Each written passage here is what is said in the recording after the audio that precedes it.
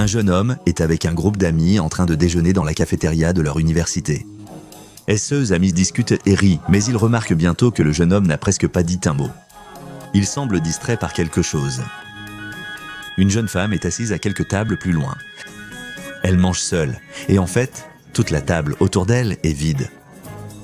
Alors qu'il la fixe du regard, l'un des amis du jeune homme se penche vers lui et lui dit de reprendre ses esprits. Il pense que la jeune femme est étrange et qu'il devrait l'ignorer. Le jeune homme ne la trouve pas bizarre, il la trouve même gentille. Il l'a déjà vue en cours, elle lui semble seulement timide, pas étrange. Les amis du jeune homme le voient quitter sa table pour s'asseoir face à la jeune femme. Elle paraît surprise quand il la salue, comme si elle ne savait que dire. Le jeune homme lui dit l'avoir vue en cours d'anatomie et se présente en lui tendant la main. Après un instant, elle lui serre la main. Elle lui dit qu'elle l'a aussi vue en cours. Elles entament une discussion maladroite, comme souvent avec quelqu'un qui nous plaît. Ils évoquent leurs cours difficiles, leur prépa médecine et leur lieu de vie. Lui sur le campus, elle en dehors. Le jeune homme doit aller en cours, mais lui propose d'étudier ensemble un jour. Elle semble hésitante, mais accepte finalement d'échanger au moins leur numéro de téléphone. Le jeune homme s'éloigne de la table avec un grand sourire sur le visage. Ce soir-là, le jeune homme étudie dans sa chambre universitaire. Son colocataire l'invite à une fête, mais il refuse car il a un examen important et doit se concentrer. Son colocataire part, il vérifie encore son téléphone. Aucun message. Il le pose sur son bureau quand il sonne. Il y a un message et il vient d'elle. Ce truc est vraiment difficile, tu veux qu'on étudie ensemble ?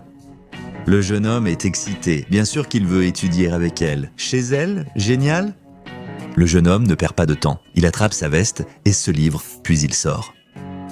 Il neige légèrement pendant qu'il rentre à vélo chez lui, à quelques kilomètres du campus. Il est un peu nerveux en attachant son vélo et allant à sa porte. Il frappe, la porte s'ouvre, la jeune femme apparaît, aussi charmante qu'à la cafétéria.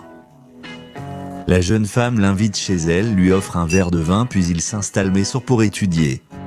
Entre deux questions sur le système circulatoire humain, ils discutent et apprennent à mieux se connaître. Finalement, elle lui dit qu'elle a quelque chose à lui demander. Elle veut savoir s'il la trouve bizarre. Le jeune homme, surpris, répond non. Elle lui confie que cela paraît idiot, mais plus jeune, une rumeur à l'école disait qu'elle était une sorcière. Elle ne savait pas si quelqu'un de son enfance continuait peut-être à répandre cette histoire. Le jeune homme ignorait cela, mais il voulait comprendre pourquoi. « Parce qu'on fait des bêtises en étant enfant », répondit-elle. « Tu lis un vieux rituel et l'essaies juste pour t'amuser. Rien ne se passe bien sûr, mais ne le dis à personne, sinon tu ne t'en remettras jamais. » Il regarde dehors et la neige commence vraiment à tomber. Il commence à se faire tard aussi. Veut-il passer la nuit ici ? Le jeune homme adorerait le trajet en vélo jusqu'au campus, sera bien plus facile demain matin. Elle lui demande d'attendre une minute et va dans sa chambre. Le jeune homme est nerveux, n'ayant jamais vécu une telle situation auparavant. Il n'a jamais eu de petite amie ni embrassé de fille. Peut-être que CE sera pour CE soir. La porte s'ouvre, la jeune femme sort avec couvertures et oreillers pour le canapé. Elle lui dit de s'installer et qu'elle le verra le matin. Le jeune homme est déçu, mais à quoi s'attendait-il ? Elle voulait juste quelqu'un avec qui étudier. C'était idiot de sa part de penser qu'elle pourrait l'aimer simplement parce qu'il avait un petit béguin pour elle. Peut-être qu'ils deviendront de très bons amis, cependant. Le jeune homme est sur le canapé et regarde la neige tomber. C'est tellement paisible et calme ici, rien à voir avec le dortoir où il y a toujours quelqu'un qui fait du bruit. Il regarde les flocons passer devant la fenêtre, se paupièrent, s'alourdissent et il s'endort doucement. Qu'est-ce que c'est ? Le jeune homme sursaute, croyant avoir entendu un bruit. Il écoute, mais seul le silence demeure. Il s'allonge et ferme les yeux. Ce devait être un rêve. Non, ça recommence, un bruit sec. Puis d'autres bruits, des claquements et des déchirures, comme de la viande humide, écrasée et arrachée. Que se passe-t-il ? Le jeune homme se lève et regarde autour de lui. Cela semble venir de sa chambre. La porte est fermée et aucune lumière n'est allumée. Mais les bruits étranges continuent. Le jeune homme ignore ce qui se passe, mais il est très nerveux. Il s'avance vers la porte, les bruits cessent. Que doit-il faire ? Sera-t-elle en colère s'il frappe ? Que se passe-t-il ? Et si elle avait besoin d'aide, il doit risquer. Il doit s'assurer que tout va bien. Le jeune homme frappe à la porte. Aucune réponse, il frappe un peu plus fort. « Bonjour, tout va bien ?» Toujours rien. Va-t-il vraiment le faire ? Son cœur bat la chamade. Il saisit la poignée de porte et la tourne lentement, entr'ouvrant la porte tout doucement. Sa chambre est sombre. Seul un mince rayon de lune passe par la fenêtre givrée. Il entr'ouvre davantage la porte. « J'espère que ça ne te dérange pas si j'entre, dit-il. J'ai entendu quelque chose ?» Le jeune homme se fiche de terreur. La jeune fille est allongée sur le lit, éclairée par la lune. Mais pas la jeune fille entière. C'est juste son corps, sa tête a été arrachée au niveau du cou.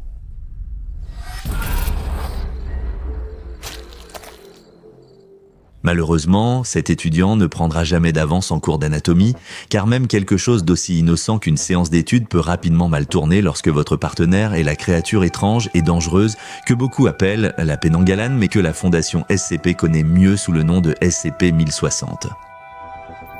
SCP-1060 est la désignation donnée à la femme humaine, corps et tête compris, qui répond au nom d'Adila.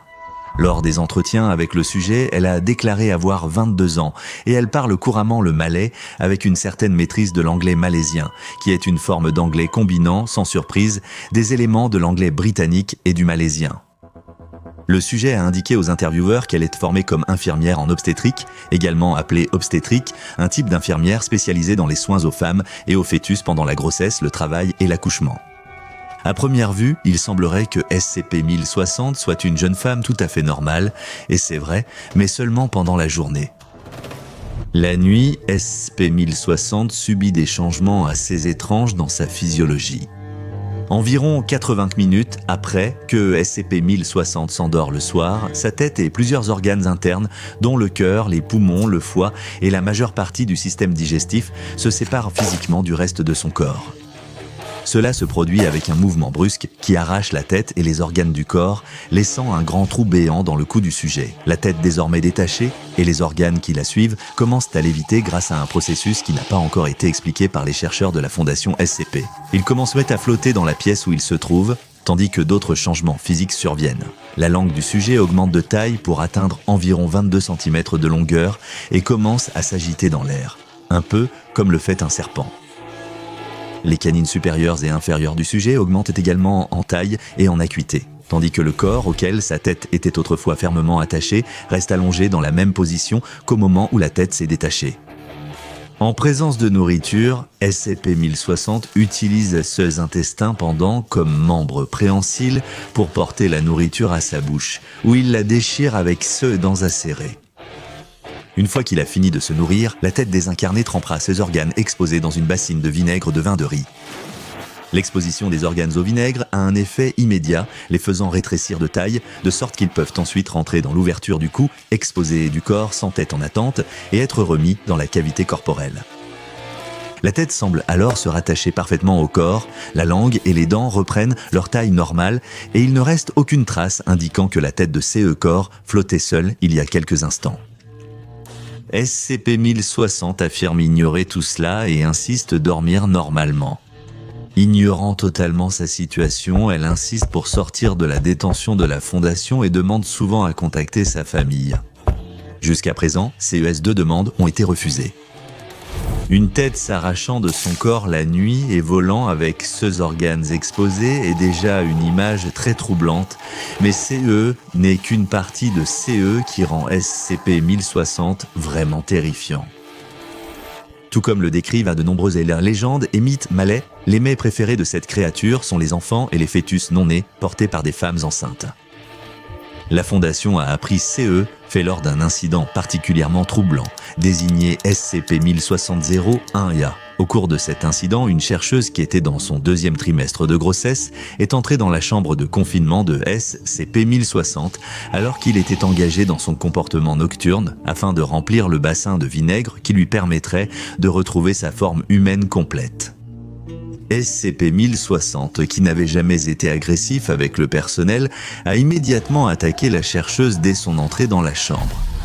Il a utilisé ses intestins pendant pour maîtriser la chercheuse, et le résultat n'était pas beau à voir.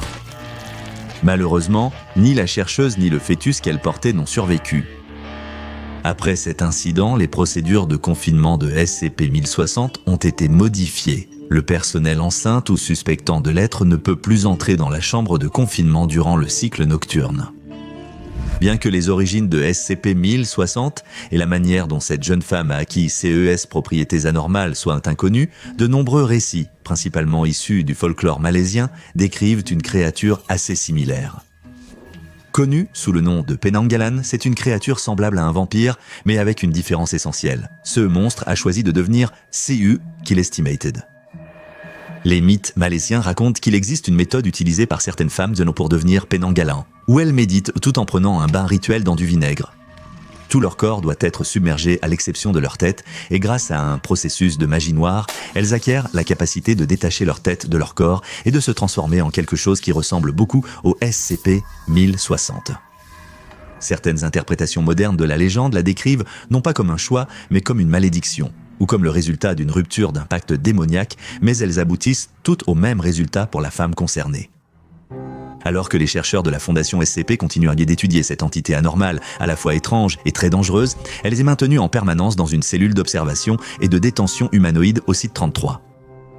Sous forme humaine le jour, elle reçoit de la nourriture de la cafétéria du site. La nuit, on lui donne 0,8 kg de tissu placentaire humain et un bassin avec au moins 4 litres de vinaigre de riz. Le manque de connaissances sur la nature exacte de cette anomalie et la menace qu'elle représente pour certaines populations a conduit à sa classification en tant que Euclide, et bien que les progrès soient lents, on espère qu'un jour elle sera mieux comprise et peut-être qu'une fois cela accompli, Adela pourra enfin rentrer chez elle.